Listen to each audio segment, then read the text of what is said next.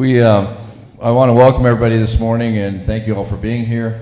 This is an opportunity to talk a little bit about the budget and the budget process, and also have some experts here. Well, some experts. I don't know about Neil yet, but he's still learning. But well, you're the expert, I thought. I just wanted to really welcome everybody here and also thank everybody who helped put this together. I think this is a great opportunity for our legislators and a legislative body to address and talk to the community. This is and also an opportunity for the community to talk to our representatives. So I just want to thank everybody for being a part of that and being here. I think it's an important process, and it's important that we're involved. So I did want to introduce a couple of people. I know Donna McBride, one of my fellow council members here. She's representing our council along with myself, Craig McFarland, the mayor of the city of Casa Grande. And then also we have our distinguished guests up front here. And I'll start with Neil since he's the newest. And in fact, Neil's been our LD8 representative for one day. Not quite. Actually, maybe about noon you'll be here, our rep for one day. But Neil lives up in Santan. He represents the Legislative District 8, so ask him all the hard questions. And I don't have a real bio for you, so that's my bio on you. So.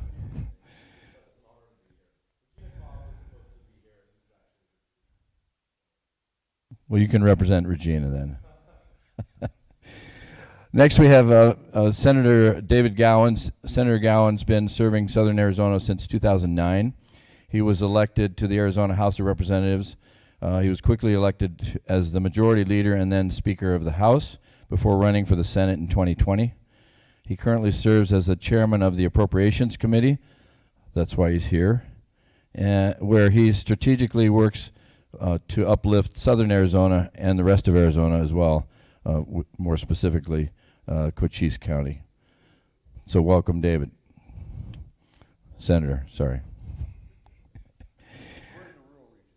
Next we have Director Matt Gress, who's here from the Governor's Office. Matt is the Director of the Arizona Governor's Office of Strategic Planning and Budgeting. He's a recognized expert on Arizona policy, budgetary, and fiscal issues. Matt was appointed by the governor in 2017 to lead the state in crafting a balanced, responsible, and sustainable budget that protects taxpayers and invests in essential programs. Prior to leading the ASPB, which is easier than saying Office of Strategic Planning and Budgeting, Director Gress served as the policy advisor to Commissioner Andy Tobin at the Arizona Corporation Commission and as a senior fiscal analyst at the Arizona Joint Legislative Budget Committees. So these are our distinguished guests today, and then Senator Gowan, if you would mind introducing your guest. Absolutely. Well, thanks all for coming. Appreciate you being here. We wanted to get out here to visit everybody. We did some northern stuff earlier, and now we're coming south. So we're starting here. We're going to go into Sierra Vista next, and then tomorrow we'll go into the Tucson region, and we kind of covered that. And we're talking about maybe hitting some more at some point if we have the time, right? Because we're putting something together already, so we'll go into that. But right here, Fletcher Monzingo, he is my senior staffer for the Appropriations Committee. So this is my brain, so he has to stay next to me. Help me out for memory, right? I have two memories. One is here, the other one's gone, so I might only get half of it to you. But he does wonderful. So what Matt does for the governor is what he does for me, and then they work a lot together. And once we get into the budgeting itself and negotiations and things, that's when Matt and I and Cobb and then our teams actually come together. A little bigger team normally on that side, and we have a little bit more on ours too. But you're seeing the front negotiators of the budget that comes out. So we negotiate this, and then the process works as after we get that done, and I'll let Neil tell you how it works. Look at him. We're just playing with you, buddy. What we do at that point is take this stuff back to our members, and then we discuss it with our members. Once we're in agreement, now the negotiation process is at its peak, really, and we try to get something together and roll so we can get to a vote at that point and get it up to the governor for signature. So it's kind of the process. It's quick. That's not really how fast it is. We normally have a 100-day session. We went 71 days past our normal 100-day session. We went 171 days this year. And so that tells you it's not as quick as I just explained it. So there were still some more negotiations right after the 100 days. It just took us a while because we're so close in membership in the manner of how we have to get the process done. So with that, I think Matt's going to go into talking a little bit about the scenarios, and then we'll kind of go back and forth and talk about different issues out here in the non-greater Maricopa region, right? The real Arizona.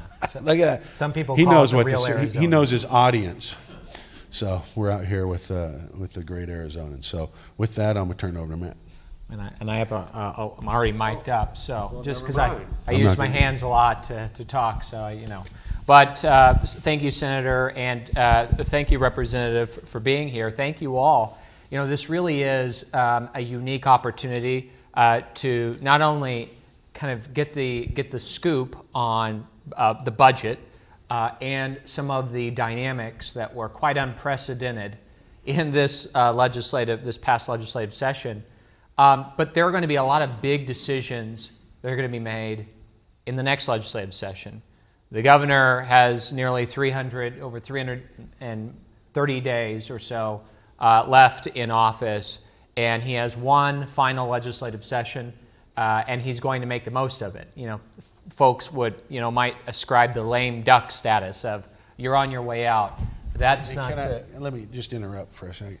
That's why we have Fletcher here, because he really has a little more than the 335. He has a year plus. 365 days is a year. Right. See, we really have to do the budget, is what it is. I'm just letting you guys know how this process truly works. Because we got to do the corrections and the. That's right. Maybe it was 3:30 to election day. I don't know. Who knows? But in any case, the long and the short of it is that we want to hear from you, and typically we come out here after we've unveiled the executive budget to share it with you, to get feedback, and this is an incredible opportunity, I think, to get feedback from you now. As many of you who've been long-standing observers of the process know that summer and fall is when budget development occurs, and getting briefed on issues that are important to you, so that there's some background and context when the legislature convenes. Things go a million miles a minute, and if you don't have all of the homework done ahead of time, the context that's needed to move forward on a particular policy or funding issue, you just don't have as much time to do that. So that's another goal and objective of this meeting here today. And again, thank you, Mayor, for hosting us. To get started, before we dive into some of the specifics, and this is just a really great primer on many of the investments that the legislature and the governor came together on, we wanted to play a video that we produced post-session. The governor produced, so it'll be heavy on Governor Ducey, but it kind of gives you the gamut of exactly, all the accomplishments that the governor and the legislature worked on, just to give you a flavor of how unprecedented this session really was. Thank you.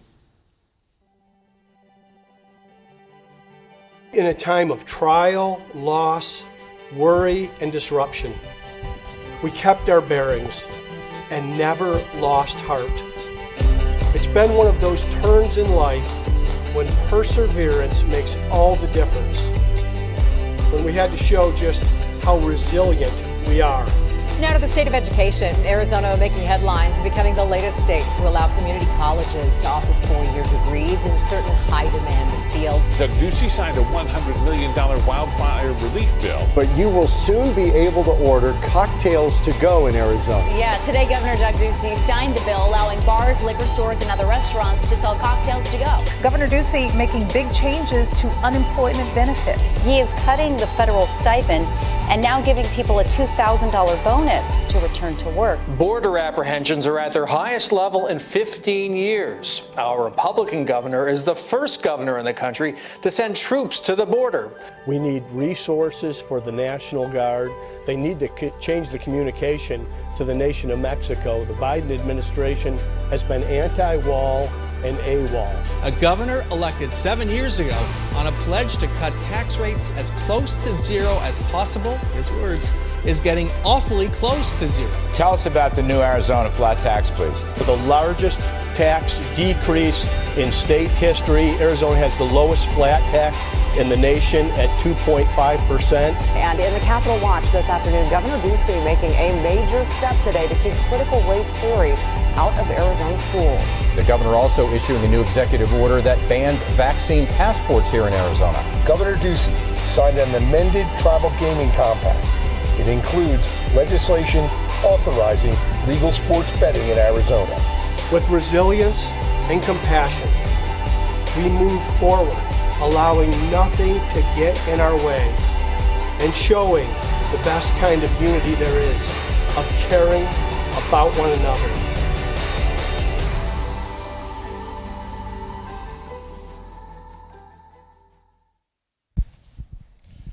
All right, Fletcher, did you bring ours?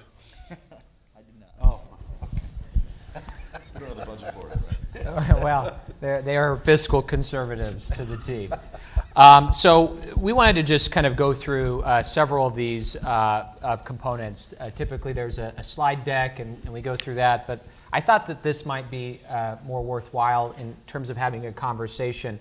Senator Gowan was very instrumental in putting together the budget, getting his membership on board, and there were a number of issues that he had personal connections to that we wanted to go through. But to kind of kick it off, K-12 education is a central feature of the governor's budget. It's a central feature of the state budget. 55% of the general fund that we have goes to K-12 education. And this year, K-12 schools were in the strongest cash position ever when you include state funds as well as federal funds.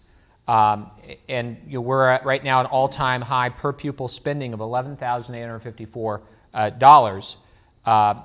That is a major step forward. When you look at the historical amount that we spend on Arizona children, you may have heard of the high watermarks of 2007, 2008, or 2001, and those are always reference points when you adjust for inflation, that we weren't spending that much on K-12 education. But every year that the governor's been in office, we've worked with the legislature to increase education investments every year. And in fact, this has been the longest uninterrupted growth in K-12 education spending than at any point in modern Arizona history.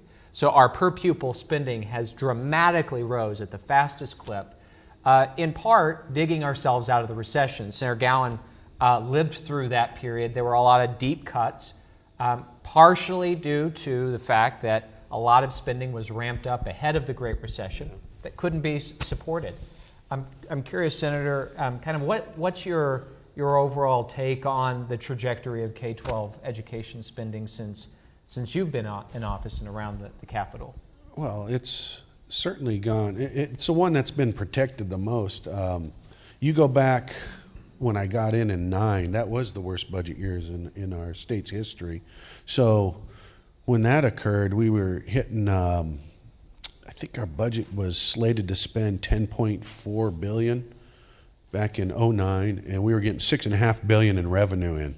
So that was a pretty good gap. So we were looking for anything we could do to find the dollars to get ourselves structurally balanced. And in fact, the Constitution demands that we're balanced. And so we had to look everywhere. And here I'm a freshman, right? It's normally you go in January. Well, you always do. January, the second Monday in January. So the 10th of January, this next year, we go into session. 100 days later, we're supposed to end our session.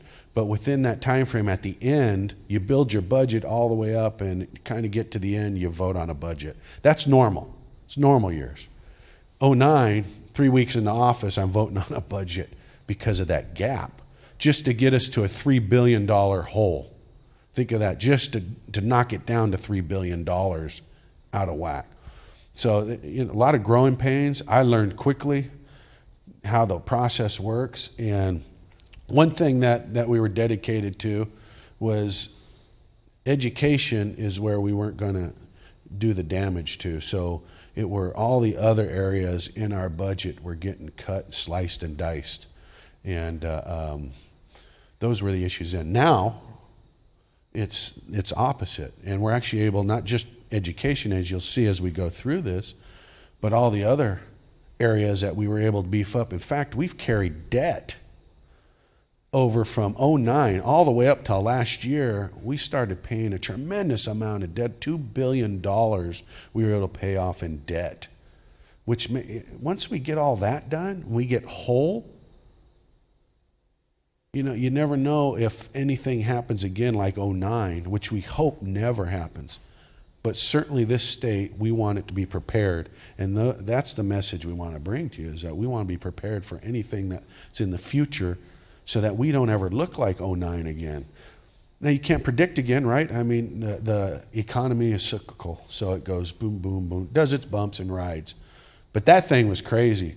That was a Great Depression situation, right? So looking forward now, being able to get out, we were able to, and I just want to hit highlights real quick, and then we'll go on those. We didn't only pay off $2 billion in debt, but that $2 billion had a lot of payoff. If anybody in here knows about our public safety situation, there's a lot of debt on the pension process. For the state side, we were able to pay off half of that. That means our troopers, our highway patrol, and our corrections officers at the state level, we were able to chop those in half. Looking to the future, I know we're going to be focusing once again, I believe, on what we've been doing already. And that's one pillar. You heard of the tax fix, right? So we're going to have, instead of have 4 brackets, our plan, hopefully as we get there, but we voted on it, passed it, is to get to 1 bracket, and it's a 2.5% flat tax. That way you know what you owe. You know it, period, it's done. And even as we go into these levels and we've been able to get these things under control, like the debt and getting the tax structure so businesses can flourish, right? Because if businesses flourish, what's that mean for your family? It means great things, because the economy, right? The economy is rolling. Yeah. So, and sales tax, yeah, the mayor wants me to tell you we boosted him a little bit on that too. He's all happy and excited there. little feedback portion, they got a little extra in that too. That's part of that flat tax that came into play too. So the city's looking at that, trying to keep them from harm, which we all live in different cities, right? And so with that, that's 2 pillars. A third is actually another piece for public safety, and that is actually, we got our troopers a raise, we got our corrections officer a raise. Pinell County, you guys are the bulk of the correction officers. I mean, you guys have, I think it's Prison Row over there, isn't it? Something in that nature. So you have a lot, whether it's county, whether it's state or federal government, you got the strips up there. And definitely on the state side, we wanted to make sure these guys aren't being poached. And what is happening, because the other guys' monies went up, right? Their salaries went up. They poach from our guys. So we train them, they poach them out. What's that mean for us? We train them, that costs us money.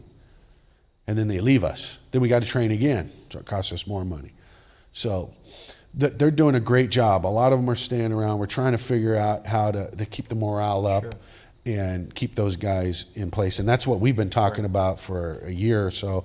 And we believe we've got a little bit of situation to do that. Created a corporal situation in there so they have movement as well. Then you have the, I got my 3, right? Infrastructure, our 4th piece, right? So we got infrastructure dollars. You're going to see that coming around. We did put the money in so we can try to get this freeway to 6 lanes, which we've been hoping for. The negotiations, we have the reservation negotiations happening. It looks like it might be coming around. The dollars are there. We just have to have that occur so we can get it built. But we are doing that bridge. The Gila River Bridge. I was just driving on it today and thinking, you know, we're going to have 3 lanes, probably room for 4 lanes actually, but they're going to widen those key bridges, which is the first step that you take. And I know the mayor has been incredibly impactful. Every time we come out here, he mentions the bridge, he mentions I-10, widen I-10, widen I-10.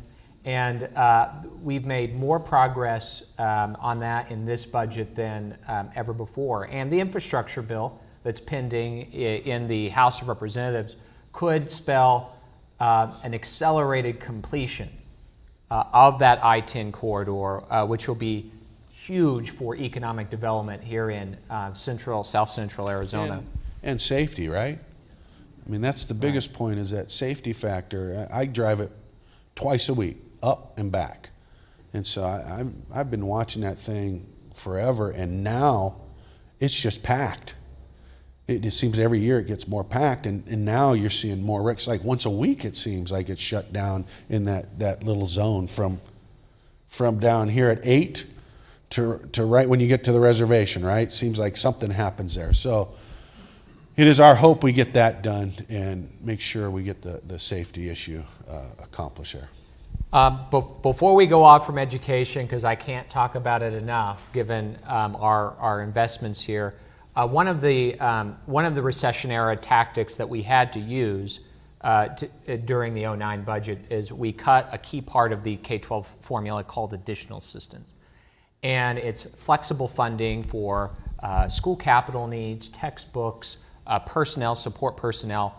For the first time since the Great Recession, we have fully restored that formula. And we did it over a number of years, but we were able to finally get that. And unlike many other states, after the onset of the COVID-19 pandemic, Arizona didn't cut education funding. We actually didn't come in and rescind any of the promises that the legislature and the governor made to schools. We kept them and fully funded that. We also, another recession era issue that we had to deal with was school facilities. The state is responsible for funding school buildings, building new schools. That is our responsibility. And between 2009 and 2017, we didn't make inflationary adjustments to that square footage formula. And so you kind of had a divergence from what the market rate was for construction costs and what the formula was paying.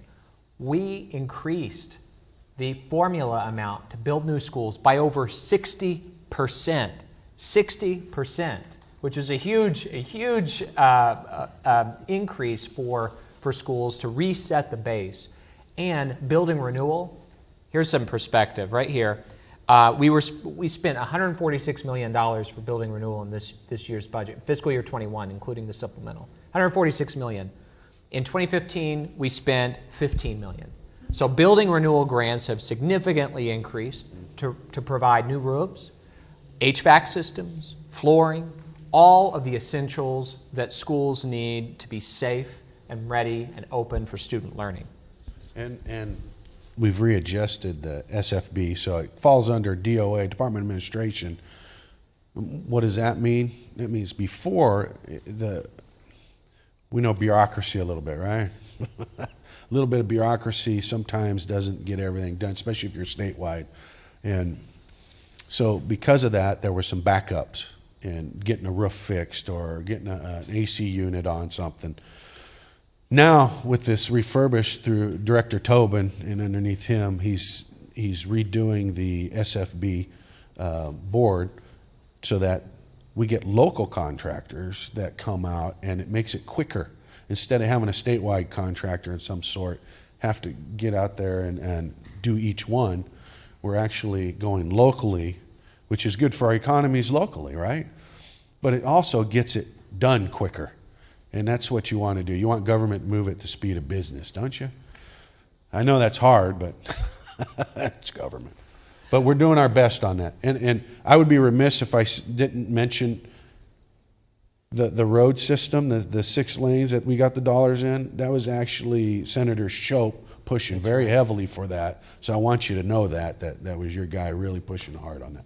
That was one of his take-home issues. He said, I'm not voting for the budget, and I'm not going home without I-10 having more funding for expansion. Now, there's more money to put into I-10, and I suspect that's going to be another take-home issue for him, and certainly for Representative Carter when we get to the budget. And it's something that I think we can all find broad consensus on. Going to kind of public safety, and I know you mentioned it, corrections has a huge presence here in Pinell County. Federal prisons, state prisons, private prisons. And a key part of this budget is to address a long-standing issue that we've faced. We have prisons that are kind of crumbling. Florence was built before Arizona became a state. And we decided, in working with the department and with the community, that the best thing to do was to deactivate that prison and move the employees over to the prison that was just down the road, Iman.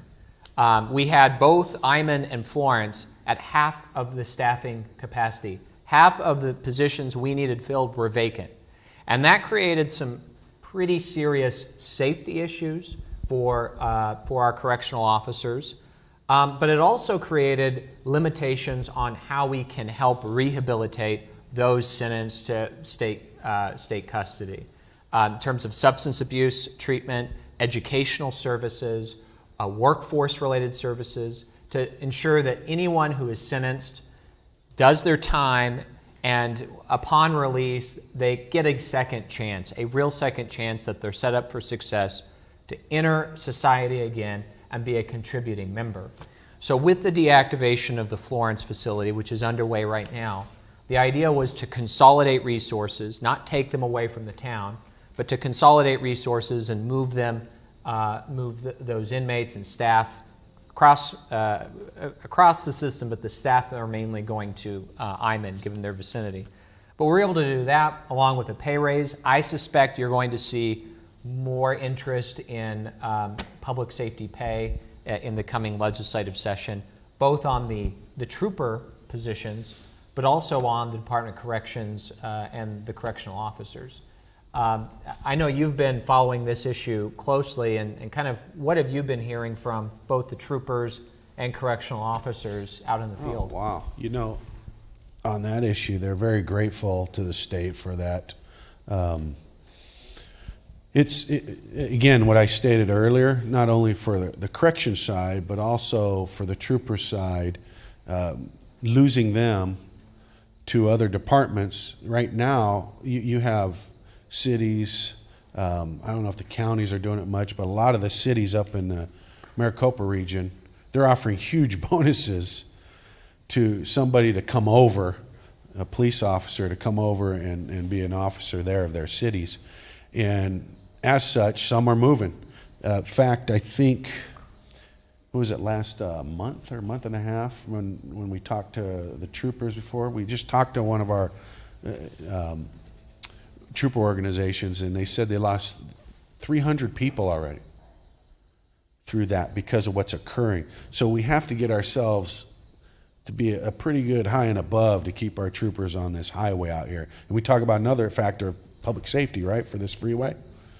We need to make sure that we get these guys and keep them. And again, it's well over $100,000 to train these guys. So you imagine we lose them. What are we losing? We're losing our dollars. So we have to figure a way to stop that bleeding. And I think we're on that track. We started this time, and maybe looking forward to another function of a raise again. I just wanted to add some. Sure. Sorry. I wanted to add some color to that because I think that there's a background that's important. I volunteer at the prison in Florence on a weekly basis, and I don't know if the audience is aware that 2 years ago there was longer than 15 years before they gave a raise to the correctional officers, and even longer for non-officer staff. And of course, the public perception is that they're prisoners, so they don't really deserve anything, and it can be tough to I think budget for prisons. But the reality is just what you said, that they have opportunities at other places that pay better, and they go to private prisons, and then we lose staff. At the moment, there's a big need in the prisons, the state prisons, for nurses. They're severely understaffed with nurses. And so what they need, of course, is to bring the pay level up commensurate with private opportunities, which is what the senator's talking about, I think, and why it's so important. So I just wanted to offer that as a little bit of background. Well, I definitely agree with you that the nursing situation is very tough. Nurses nationwide, we're having a shortage. Hospitals are having a tough time hiring nurses.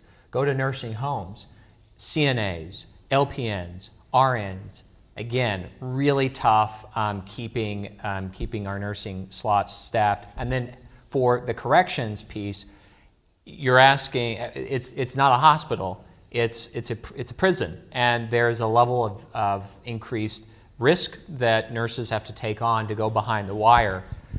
We have an RFP out right now for a new healthcare contract.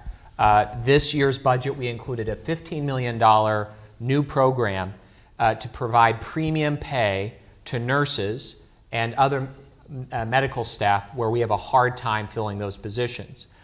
Because if you don't have the nursing staffing, you can't get inmates in for medical treatment, get medical care on a timely basis, and that affects the overall situation we find ourselves in. We're currently in litigation related to the allegation that we're not providing adequate care. Staffing is a challenge that we all have to manage through, and I think that's a really, really good point. And it's a challenge on the local level, too. I know that yesterday Sheriff Lamb went to the Board of Supervisors and he asked for a raise for his deputies. So it's a county level of concern, too. One other item related to I was coming back to the DPS troopers in terms of being able to hire them. I think the vaccine mandates are having an impact across the country. We're seeing a number of localities here in Arizona that are imposing vaccine mandates. And on our side, we don't require a vaccine to work in state employment. And we may end up seeing having a benefit from the DPS staffing of us being able to build out our team. But it is notoriously difficult to hire troopers right now. Two things we are trying to do. One, Senator Gowan has been incredibly involved with that. Those who live outside of Maricopa County have to come in for the academy. And so they travel and they have to live here, or they have to live in the Phoenix area where they're training. He worked to ensure that they were getting an increased rental stipend. So that these trainees have to maintain two residences: their local hometown and also here in Phoenix. So that's one way. We're also increasing overtime. What happened was that we didn't have a sufficient overtime budget for troopers, and they would work there 40 hours, and then I think they had on average, 6 hours a week that they could do overtime, about 6.8 hours or something like that. And then they would work, and they'd work over their shifts, and by the time you get to Thursday or Friday, they've maxed out on their overtime, and they're done. We can't pay them to work because we would run out of our overtime budget. We fixed that so that we can ensure that troopers are on the roads throughout the entire work week versus Fridays kind of being a free day. Who knows what's going to happen on the highways when you don't have as many troopers. So that was another really important improvement that we made. Shifting a little bit to natural resources, we had a big special session, and I know Representative Cook was a major leader in that effort, given all of the wildfires up north. We appropriated $100 million in this special session with nearly unanimous support across both the House and the Senate. We did $25 million to establish the Arizona Healthy Forest Initiative. This is a partnership between the Department of Forestry and Fire Management and the Department of Corrections, where we bring inmates out into the woods, essentially into our forests that need treatment, and they learn the skills that are necessary to treat hazardous vegetation, to thin out the forest, to make them more resilient during a massive wildfire. And it's a critical workforce shortage. We can't find enough people who do this type of work to clear out our forests to make them safer. We know that in the short term, we're going to continue to face the threat of wildfires. They're more complex fires. They're burning hotter than ever before. They're larger. They've lasted longer. This is a preventative step that we took in the legislative session to address that. But we also provided $75 million for wildfire response. And I know that you've heard from a number of fire departments and across the state. And what are they seeing out there right now in terms of, preparing for the next fire season or the post-wildfire flooding? It kind of ranges the gamut. It's not just the here and the now of the tree burning. It's a lot more than that. Well, yeah. Well, as we know with fires, it's not always the fire that does the full damage, right? At the end of the day, it's the floods that come in because the foliage has been taken out, and there's nothing to stop the water from hitting the towns or regionals, houses.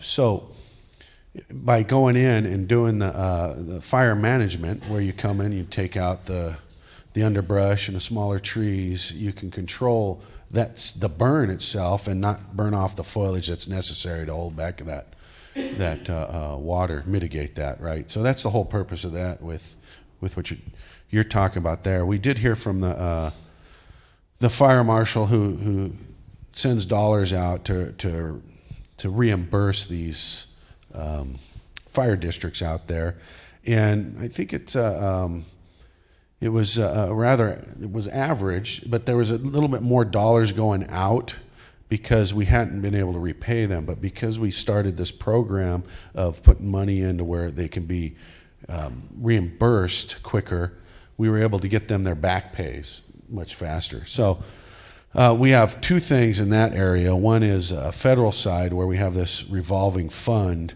that when we have our local fire districts, and this is a great program that coincides with this, when they go to fight these fires, because it's our local guys that get out there first and attack that, and then they're enjoined by our federal guys at a certain point. Sometimes they just take over, but at the beginning, it's our fire districts who have to get out there to do that. It takes a little bit time to get reimbursed from the federal side. It had been in the past, at least. And so as such, we created a revolving fund that was able to pay them back, and when those federal dollars came in, it paid back that fund so that they could be whole right off the bat. And since we've done this, what we just heard, and this was this week, we were talking with them, is that the federal government's been a little quicker now. So they've been able to reimburse that fund a little bit faster, which has been great. That doesn't sound like the federal government I know. It's interesting, isn't it? But this is from the director, Director Tenney. And so on the other side, we created a little bit, we talked about putting together, in this program, that $100 million, there was a $19 million fund that paid back from the state side. So when they go on the state forest land, state trust land, any of that, we can pay them back from the state side. And now what they just came back to us was, it's working well. Maybe we need to interject that and keep that rolling forward, which I think that it's going to be under discussion, obviously. It's brand new. In fact, we're going in right now and talking budget for the next year already, both houses together. This is the first time both houses are getting together this early to talk to directors. And then our hope is after that, we get with their team and we formulate a good budget quicker. But that's an idea, and I like it. I could tell you that. Coming from the rural area, I believe we need something like that. So I'll be a proponent for that and getting that done. So we'll have two funds, and they're asking for either that 19 million to continue for it or 20 million. But it's been working well. We also have another program with that as well, where we put $2,500,000 in that fund for our rural fire districts. There are some like Show Low, like Pine Top, those areas up in the rural manner where they border federal land, and if there's an emergency on the federal land and they have to get an EMT out there from their district, they haven't been getting the dollars back from the federal side on that. So what we did is we created a pilot program that will reimburse them for those incursions, so that at least, you imagine these little fire districts, they don't not, some are all volunteer. They don't have the tax base to keep that rolling, and if we weren't able to aid them in that effort, they probably go under. And then where would we all visit? That's right. That's right. Well, I think that's incredibly important that we pay our local fire districts on a timely basis, whether they're responding to a fire on federal land or they're responding to a fire on state land. We need them to be there for us. We need them to have the staffing there for us. We don't run a statewide fire department. We rely on our local partners to really do that. Now, we do some of the coordination at times, but it really the thrust of our wildfire response happens to be in our local areas, and we need them to pick up the phone when we call, and part of that has to do with paying our bills on time. So that was a huge deal. And if I might add, so that big program that we talk about when we went in the special session for that $100 million, a major piece of that is to get this allotment of equipment so that we can plan for the future of a program that was created to have supervisors from the marshal side, the state fire marshal side, and from the prison side, and these would be supervisors that would actually take. It's part of the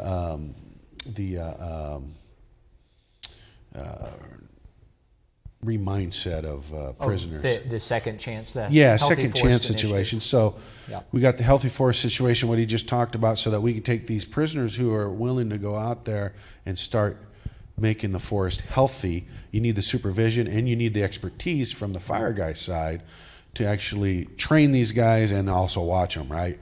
So, but we want to rehabilitate them. I mean, that's the whole purpose, is so that they can have some type of training, so when they get back out in the world, they're able to get a job, and a good job, right? So they don't want to go back to any life that they had before. They want to continue forward to make sure that they're good members of our society, and that's what I think we all want from that. So that's what we're trying to do, and those are good paying jobs, by the way. They get out of there, they can go be the fire service and do some good. That's dollars there, and the employment opportunities are wide open. So just the Arizona Healthy Forest Initiative takes the number of acres treated from 4,000 to 20,000 after it's fully implemented. But we need right now, 70,000 acres need to be treated. So there's a lot more work that we can be doing here, and once these folks are released. I think there's an interest in possibly doing some type of small business incubator for the really good ones that like the work that they're doing, have shown skill in it, and they can contract with the state to continue pushing forward to that 70,000 acre goal. Since we're still on natural resources, right. I want to get to, we have the cap situation here, right, for the water in our canal. You guys, for our farmers out here, are losing allotment of water out of the canal, and it is what was planned for, but it wasn't planned for this early. It was planned for the end of this decade to be taken out of the allotment. But the great thing is, they pumped, I think, 5% more water into the ground. You guys are up higher than when we started the CAP program. So with that, the efforts are going to go back into the ground and start bringing the water up out of the ground. Now, how are you going to do that without infrastructure? So that was what was asked of us at the legislature to help in that matter. And as such, because we became flush with dollars a bit, we were able to take $20 million, put it aside for our infrastructure needs for Maricopa County, for Pinell County. Yeah, Maricopa, like they need more. But for Maricopa, for Pima, Pinell, somewhere in this region, right? One of the 15 counties. Spit it out. This county, how about that one? So yeah, it is Pinell. I don't know why I'm not spitting it out well, but we fought for about 3 years on this. So we were able to get those dollars in there to get the infrastructure going. So our farmers, when they put it in the district, the water districts down here, when they get those in the ground, that it doesn't have to be repaid back.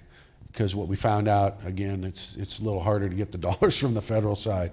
So we said the state needs to suck that up and be able to pay for that. And that's okay, because this is a $2 billion industry here in our state. Oh yeah, Pinell County's in the top 4% of counties nationwide for agriculture, which is a little known fact. But we feed and clothe people, right? Yeah, and nationwide means Iowa, Illinois. I mean, we are competing on a national scale for agriculture right here. Cannot lose that what we have here. And so that was a major area of the natural resources as well, to make sure that we took care of our ranchers, farmers, and our The grants opened, I believe, a couple weeks ago, so all of the irrigation districts in Pinell County are able to access that in partnership with the Department of Water Resources. And that, again, is one of the several strategies we're using. We announced a week ago a $30 million payment to the tribes to forego their allocation of water in order to conserve the levels at Lake Mead. But it's a continued process. We this year included a $200 million investment in the Drought Mitigation Fund and the Water Supply Fund, and his seatmate, Representative Griffin, is a big water leader in the House. But there's a lot more work that we need to be doing in this area, and I suspect that water is going to be a focal point in the upcoming legislative session. And since you brought my seatmate up, she's the Natural Resource Chair of the House, and in that effort, $40 million of that $200 million is allocated to our rural regions for grants, so that we can invest and look for ways of getting water back into those communities as well. So that's $40 million out there for us to look at if we have the ideas to get water savings going. Absolutely. Now, I know we didn't get through all of this, but I wanted to pause for a moment because we have about 10 minutes left, and to see if there are any questions, comments, concerns, feedback that you may have for us. Sir. Yes, sir.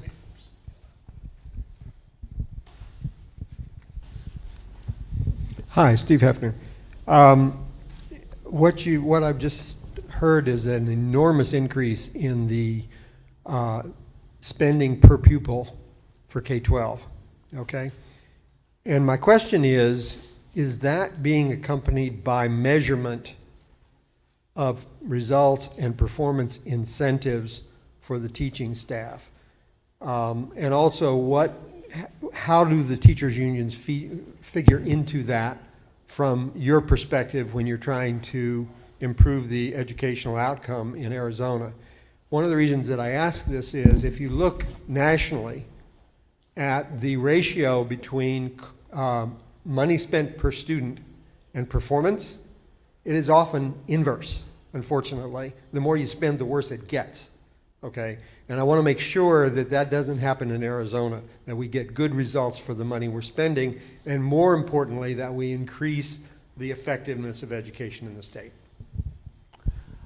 I couldn't agree with you more. And what's interesting about our per pupil spending, we have a large number of pupils relative to many of the states in the Northeast. Their student population is shrinking dramatically, and so they're able to kind of keep spending at the same rate with the number of pupils falling, and so that helps inflate their per pupil spending. But where we are right now, we're kind of in terms of in the middle of the pack in terms of overall improvement.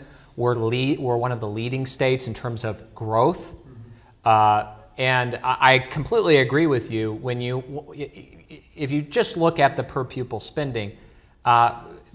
Washington, D.C., New York City, Newark, New Jersey, Boston, Seattle, they should be the beacon, the shining beacon of educational outcomes, and they're not.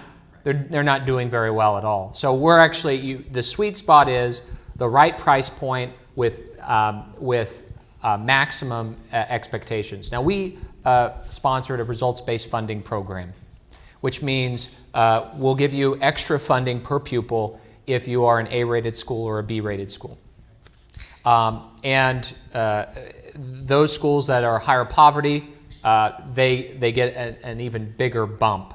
So there is, I think, a general acceptance that when we invest in our education system, we expect good things to happen. We expect it. And we think that we're investing quite a bit of funding into education. 55% of our budget is being spent. I actually had to submit a report to the feds in response to the federal funding. And you have to maintain a level of K-12 funding as a share of your general fund budget in order to maintain or receive these federal dollars that we've gotten over the last 12 months. And they were like, this percentage looks really high. Are you sure that this is the right calculation? And like we worked with JLBC on it. We're like, no, this is our MOE. This is how much we are spending from the beginning to right now. So I completely agree with you. I think there is more we can do in that area. And I think also budget transparency. That was something in the budget that we included. One thing that the Department of Education hasn't been doing is they're supposed to track the amount of money that a pupil generates at a school site. Based on the characteristics and the needs of a student, it generates a different formula funding amount. And then you're supposed to figure out how much does that school receive for funding based on the characteristics of the kids. How much are you spending at that school site, or how much did you budget for and how much did you spend, so that we can see, are you taking money from one school site that's generating funding for those particular kids and shifting it to other schools, creating inequities in our view. They haven't been doing those calculations, ADE hasn't, in terms of how much does your student population generate. We're working with them on that to get a better estimate, as well as how they're spending the $4.2 billion in federal funding. We spend in a given year from the general fund about $6 billion for schools. In the last 18 months, schools received $4 billion in federal funding. And at the end of this year, we'll get a report from the Auditor General of how schools are using that to remediate academic learning and produce results for kids. And I'd add to that. I was going to hit the grade system, where the schools are graded, right? So we do have that ability there. We also, in that 55, we didn't talk about community colleges and what we did outside of Maricopa and Pima. We increased them by 14.7. Did that? Okay, 14.7 million to the population of each community college. Why? You guys have a new business here in this town, right? And they're building the new electric cars, but they need people who are educated in that manner. And that's what this is meant for, the workforces. Community colleges put out a workforce. So we wanted to make sure with the new economy, as we talk about out there, is making sure that these community colleges are capable of putting out those employees so that they can go to work and make sure the economy continues to drive. To get 1.2, the dollars we spend that we do in education in anywhere, we do it on less than 13% of private property in this state. Most of this state is federally owned, or state has a lot of state trust land, which goes into a trust, which generates dollars for many benefactors. The largest is education side. But comparative to any of the states east of the Rockies, basically, you get Texas and on, that's less than 2% are in public hands. So they can tax all the rest of that. We have less than 13% that we get to tax, and that's what we run this government on.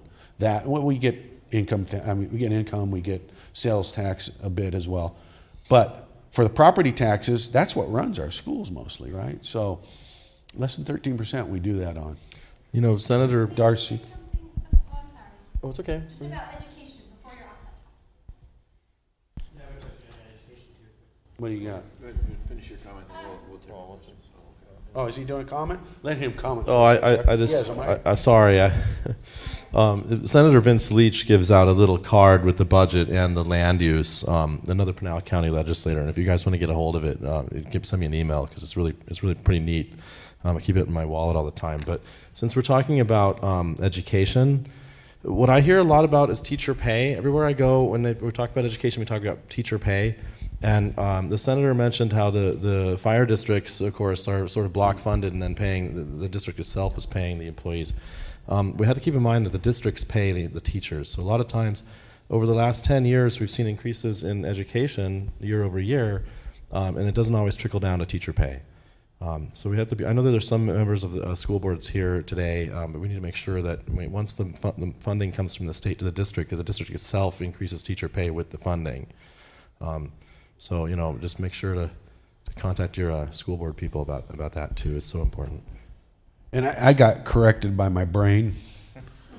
It's actually 28 million to the community college, but I'm correcting the 14 million's ongoing and 14 million one time for those capital improvements to continue the process of building something in the school so that those students can come in and learn from it. I just wanted to answer your question directly. So I work for the Vail School District. I'm volunteering to help these guys out today because they're just very good friends. And to speak to your question directly, the state has definitely made huge investments in education in the last 10 years. You know, I'd like to publicly thank Senator Gowan for being behind so many of those funding increases.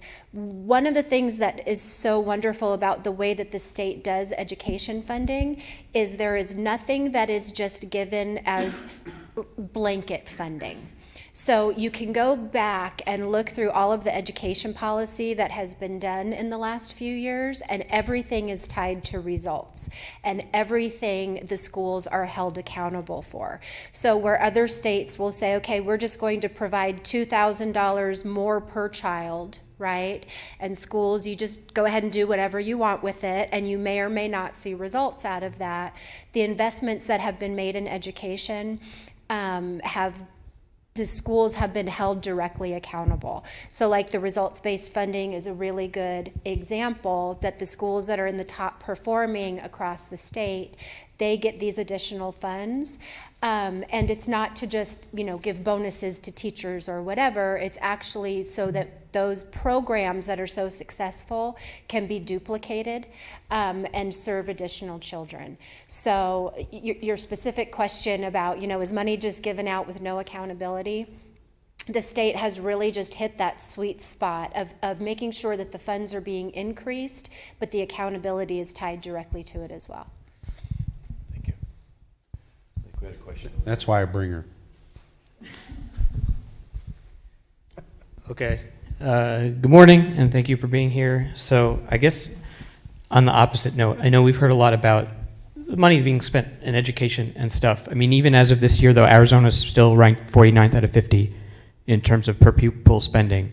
And I want to address, there were criticisms of the budget this year that in some ways the budget was meant to, people said the budget was meant in some ways to even counteract Proposition 204, which was about, you know, I know increasing taxes on people over 250,000 to help raise teacher salaries. So I was wondering if you could address that really quickly or not, or just, you know, what is the relationship between, I guess, the budget, and that was public, you know, that proposition was, you know, basically had a public mandate because it was voted on by the people. So how does the budget sort of honor, I guess the desire, or how does it navigate? What is the relationship between that and the budget that was passed, especially regarding the flat tax? So it's 208, yes? Yes. Okay. So it's 208, and that is in the court, as you know. But the way the dollars were played with the 2.5% flat tax is that those dollars that the people voted to be taxed on by, remember, this is somebody that makes $250,000 or $500,000 a couple, they would be taxed a 3.5% tax, surcharge tax on it, and that would go into a benefactor of going to the education side. A 78% increase in their current tax. Yes. And their current tax rate. So that, even as we did the 2.5% flat tax, those dollars that the people voted on would still be honored, and that 3.5% is still a return into that effort. So it would never have been touched, 208, except now it's in the court, and the Supreme Court has ruled that it is unconstitutional if it's going to increase the expenditure limit. Now the expenditure limit is going to be increased probably by 1.1 billion, I think, somewhere in that nature. Is that surpassed 1 point? So if it's over by $1, the Supreme Court has ruled that it would be unconstitutional, and they've sent it back to the lower court to find those figures out. So that's actually a court action that's happening there.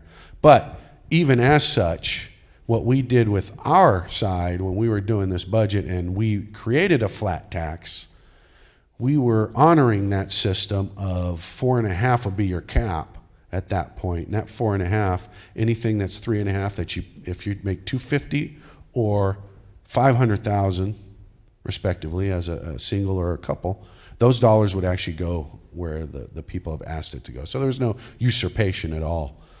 The court may say that was unconstitutional. If they do, then those dollars that we would have either be returned or they go into education. So it's one way or the other. So the people get those dollars back, or it goes into education, depending on how the court rules in that respective. But I would tell you, again, you always hear 49th. I've heard that since I've been running, since 04. 49, 49, 49. So when I was Speaker of the House, I went and did a forum of states. And we sat like this up here, and we had several states. One was Mississippi, of all, who's always proclaimed to be 50. So 50th sitting up there. And then I had 2 other states of speakers. And this same question came up about rankings and all. So I asked them. I asked out in the audience, and I asked the guys up here. I said, how many of you in your states are you proclaimed 49? Almost every hand went up. That's the rhetoric out there, 49. So with the dollars we get in with less than 13% of a tax base in a state, comparative to 98% in every other state of a tax base, we do quite well of spending our dollars on our children. And again, when we were doing the budget process, I've been in here since 2009, when we had the worst budget years. From that point to today, that's the area we've protected, period. Always, and we always will. And I have to say that this Proposition 208 and the 3.5% surcharge was going to move Arizona from one of the 10 lowest tax rate states in the country to top 10 tax rates. And one of the reasons why we've been able to invest in education and many of these other initiatives that we have been able to do is because people have moved to Arizona to live, work, recreate, retire, get an education, start a business. This is the place to come. In 2013, out of all the people moving in America, about 6% moved to Arizona. This past year, 25% are moving to Arizona, all the people moving. And we think one of the ingredients behind that is keeping Arizona's tax rate competitive. 208 said we need to spend 3.5% of those making 250 or 500,000 on education. We did not mess with that at all. We honored that, and we funded it. But what 208 doesn't dictate is the state's ability to set individual income tax rates in general. And we stepped in and said, we want to keep our state competitive, and we're going to lower tax rates while still honoring Prop 208. But it turns out that 208 was flawed from the beginning, poorly written, and they sold voters on this idea that you would be able to tax about 6% of the Arizona population, who already pays over half of our income taxes, and say that will go to the classroom. Well, schools aren't even going to be able to spend that money because we have a constitution that says there's a certain limitation on the spending growth in our school districts. So the courts have struck it down as unconstitutional. It won't be able to pass muster. And I would encourage education groups to work constructively with the governor and with the legislature in terms of increasing funding in a way that doesn't destroy the economy. Which we have been doing, which we've been working with them. So it was surprising to see that on the ballot because we had been working in that effort to do that. Well, gentlemen, I want to thank you all for being here today. I think we want to respect everybody's time. Sure. And appreciate your comments and answering some questions from the community. Again, thank you for being here, and also, protect the city's rights too, would you? While you're up there. That's right. Arizona's rights, right? Just want to throw that in there. Always on our mind, top of mind. So, can I leave you with this? Think of the 4 pillars we did. We did tax reduction, so that our economy can continue to flourish, and we are continuing to grow this state so that we can pay for the things that we believe we love here in this state, right? Because more income tax comes in, more sales tax comes in, more and more. So we need to be able to take care of the needs of this state. Infrastructure dollars. We put in a lot of money to make sure that we can help fix some of these roadways and infrastructure within our natural resources. I mean, there's a lot of things we did with those dollars to make sure that our state's whole again. Debt payoff. Paying debt off, that's dead money. From paying some of this stuff off, we actually increase our general fund dollars because we're not paying out.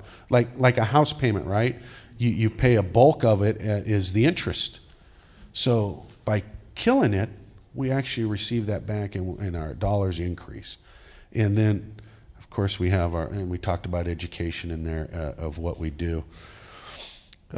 Also, we hit, what was my 4th pillar? Public safety. Public safety, I thought I was hitting that. Public safety, which we really need, obviously. We're a state that has those needs, especially as we're large and rural. We need to be able to protect our people out here. So those are the 5 factors really. One is always, and the 4 extras I gave you, that this budget did, and actually we're looking forward to the future to continue this process. So we're proud of this state. We're happy to be a part of it, and we're thankful for the mayor and the city council and the city of Casa Grande to allow us to do this here for you, and look for that in the future as well. And I want to say thank you to Darcy here. Darcy helped set these up. We have 3 that we're doing today and tomorrow, between today and tomorrow. So she helped put that together. She just works. So we appreciate you. And thank you guys for coming out and listening to us. Yeah, thank you to everyone who's here, because we don't know what to work on unless we hear from you. So thanks for coming. And now's the time, too, because when the session starts, then everything moves quickly. So thanks for coming. So thank you.